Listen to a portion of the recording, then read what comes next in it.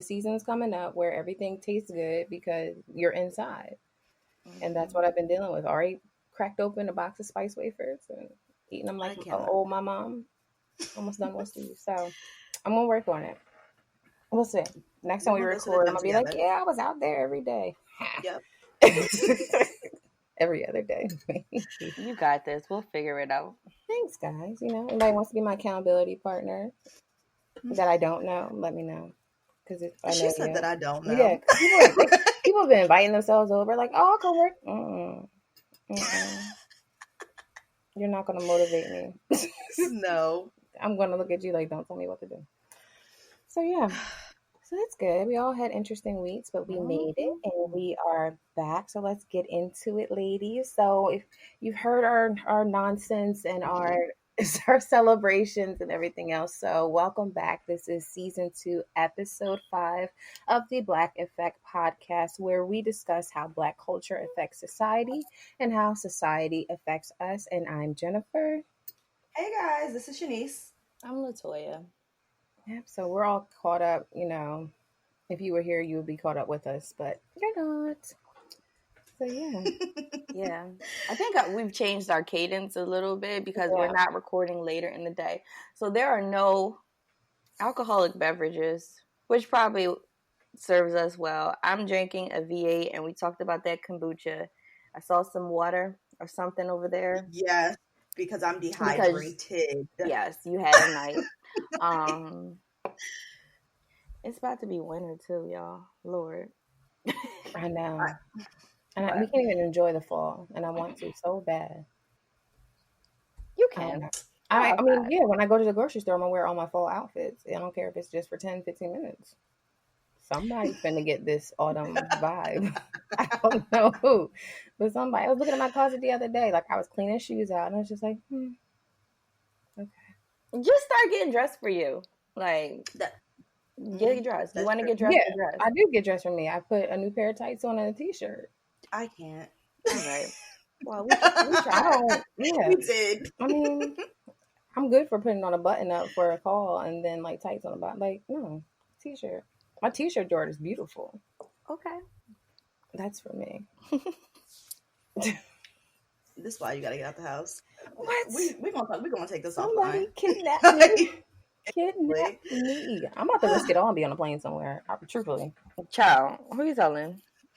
I done seen everybody I'm gone. and their little airport shots. So I'm just like, oh, you didn't invite me. I would have went. You better make some plans on your own and go. I don't even go to my garage by myself. What do you think? I'm finna go somewhere else on my own will? No. Yes, I'm about to girl. say, Yes. God forbid the wind start blowing too hard. I don't know what she's gonna do. Don't send her out there. Look, if they send me a warning to my phone telling me I need to take cover, I'm doing that.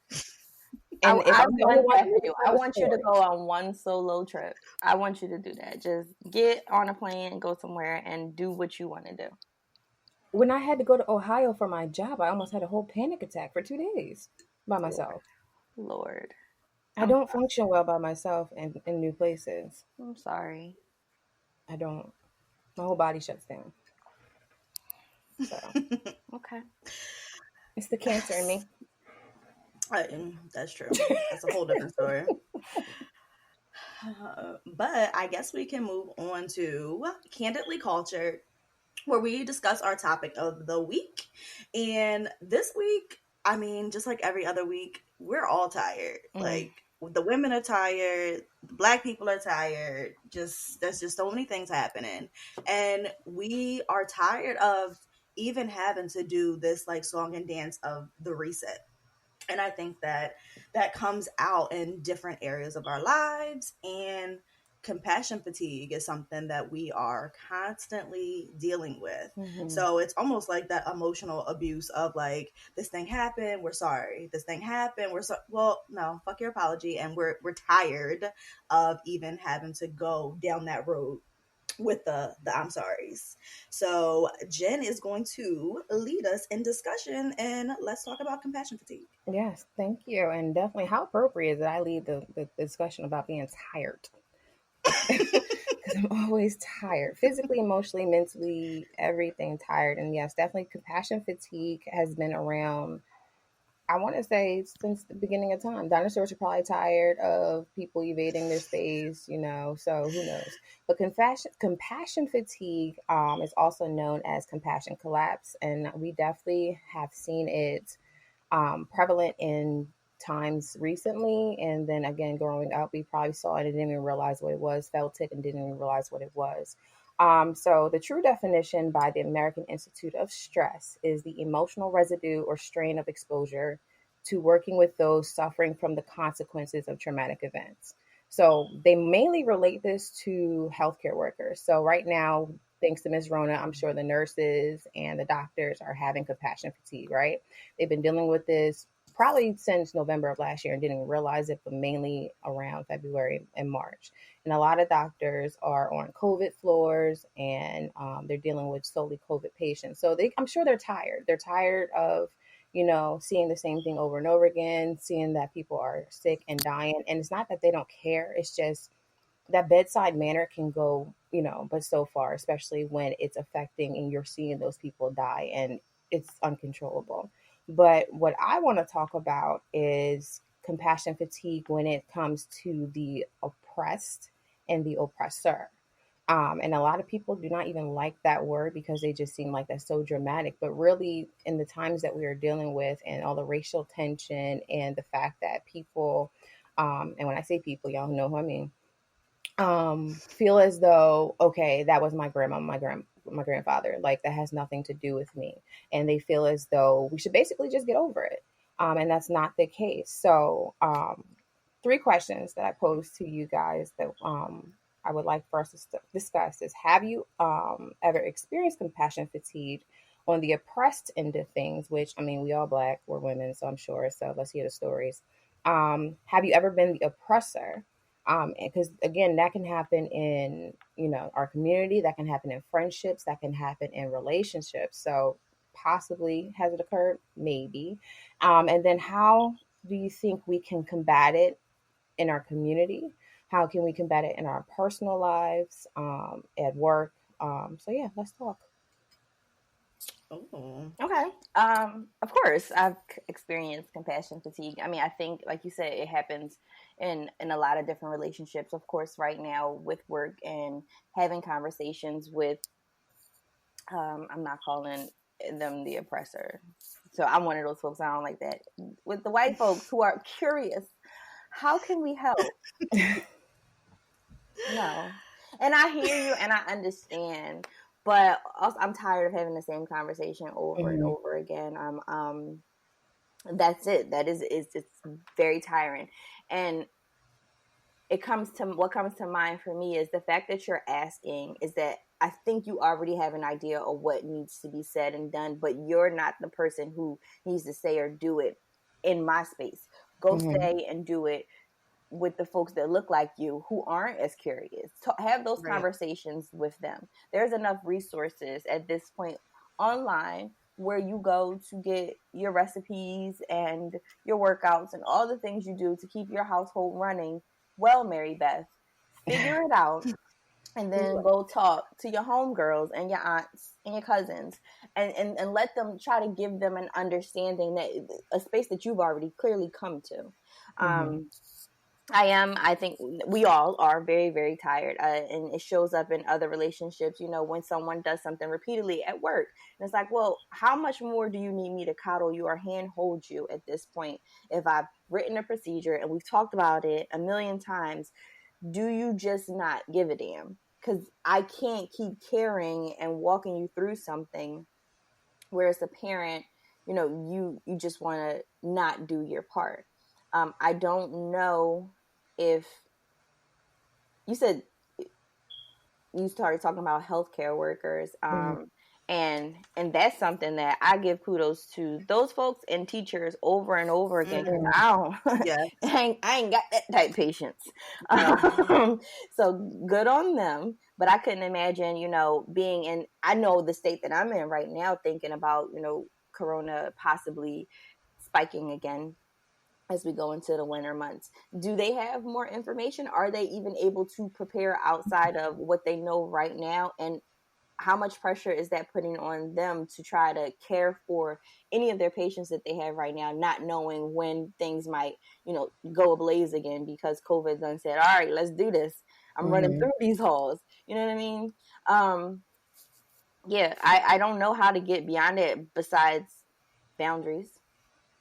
You got to set some boundaries. You have to say when you've had enough. You have to say, perhaps point people in the right direction. I remember when, the George Floyd video came out, and I had a conversation with you guys about that group chat that I'm in with Becky and Karen and actual Becky and Karen. And it really just made me upset. And I could not have the conversation that morning because I'm like, you know how many times I've had this conversation with my black son, and Right. you're asking me and making it seem like this is just a brand new thing. Well, sadly, no, it isn't. And I can't have this conversation. Gratefully, there were other black women in the group, and one, she took the burden to have the conversation in front of everybody. And I just private messaged her like, I ain't got it today. I appreciate you. That's it. And I muted the hell out that chat. Like, love y'all to death, but from my vantage point, it's completely different. I'm experiencing all of this differently. So, of course, I'm going to be tired at a different level. I'm going to be enraged at a different level because you have no idea what it feels like to be in this skin in this country. So. I agree. No, I completely agree with that. And I think that you're right. It is hard at work because not even just your coworkers, but even now we're talking about from an enterprise level, and it's from top down. Everyone wants to have the conversation. And not only does everyone want you to have the conversation, they want you to be an active participant.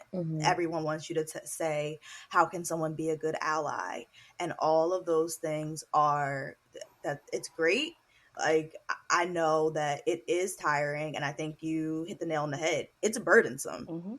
It's more than tiring. It is a burden because at the end of the day, I still have a bunch of actual deliverables for my job that I have to get done. And now you want me to do the deliverable of educating everyone on being Black in America. That's like, come on. And not only are we educated, like, we are living through it, and things keep happening. They keep happening. Everybody just saw the verdict for Breonna Taylor. We still got to go to work. That doesn't stop. And then also when I was on Twitter, and I think you guys know I talked about before. I follow Minda Harts, the author of the memo, and she's really, really good. And she was saying how she put up this post about Breonna Taylor and it just not being fair. And she said something about it on LinkedIn. And she said the amount of white males who were underneath her comments saying like outlandish things is crazy. And I'm like, yes, I've talked about it before. LinkedIn right now is very, very toxic. And that is why I've been staying off. Just because the amount of business, quote unquote, professionals who are on there, and these are the bosses, these are the CEOs, these are the vice presidents, these are the people who are supposed to be sitting on these boards. Don't try to just show me your CRA hours. That's why you're on the board, not for anything else other than it's an obligatory part of your job at a certain level to do some of these things and to say some of these things. You can't just be quiet about it. So I think the compassion fatigue also comes from knowing that we're part of the conversations on education, but no one's actually doing anything with that information. So I think that we would have less compassion fatigue if we felt like there was value in continuing to talk about these things with the same people. Agreed. But the fact that no changes happen is lip service. And that's not how I like my lip service. So let's do something else. Like, you guys have got to actually start to change it, and then it would lessen the burden for Black people in America.